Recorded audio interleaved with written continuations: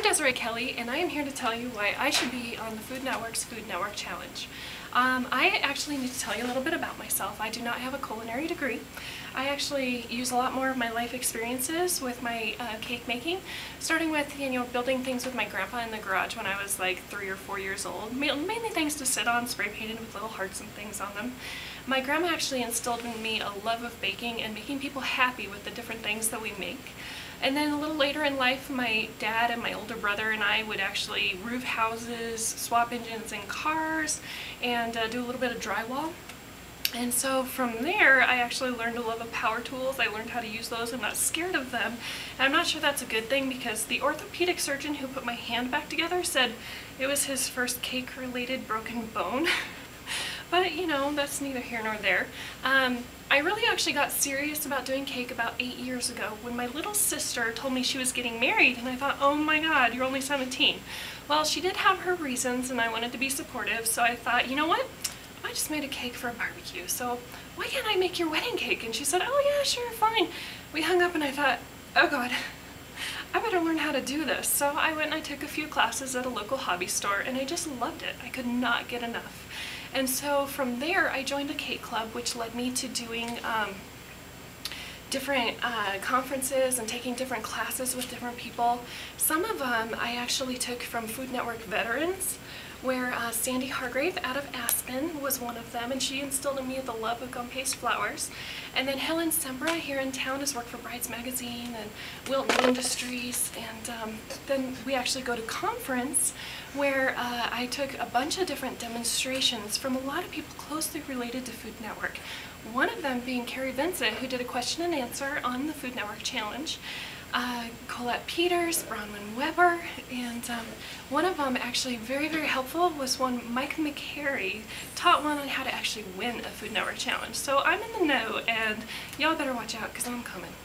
I have a huge competitive spirit. I actually learned at an early age that competing with people was not something to brag about. If you're schooling them, you need to be supportive, and you need to actually love the people around you, support them, help them out with what they need to do, even if you are kind of raking them through the mud. I have a lot of strengths, people say. I'm very bullheaded. I'm not sure if that's a strength or not, but it actually helps me with leadership skills. I have a huge sense of fun. I have a huge artistic talent, and I have 7th grade art teachers that still have paintings of mine. I'm not sure why, and I'm not sure why they remember me, but that fish painting really wasn't that cool.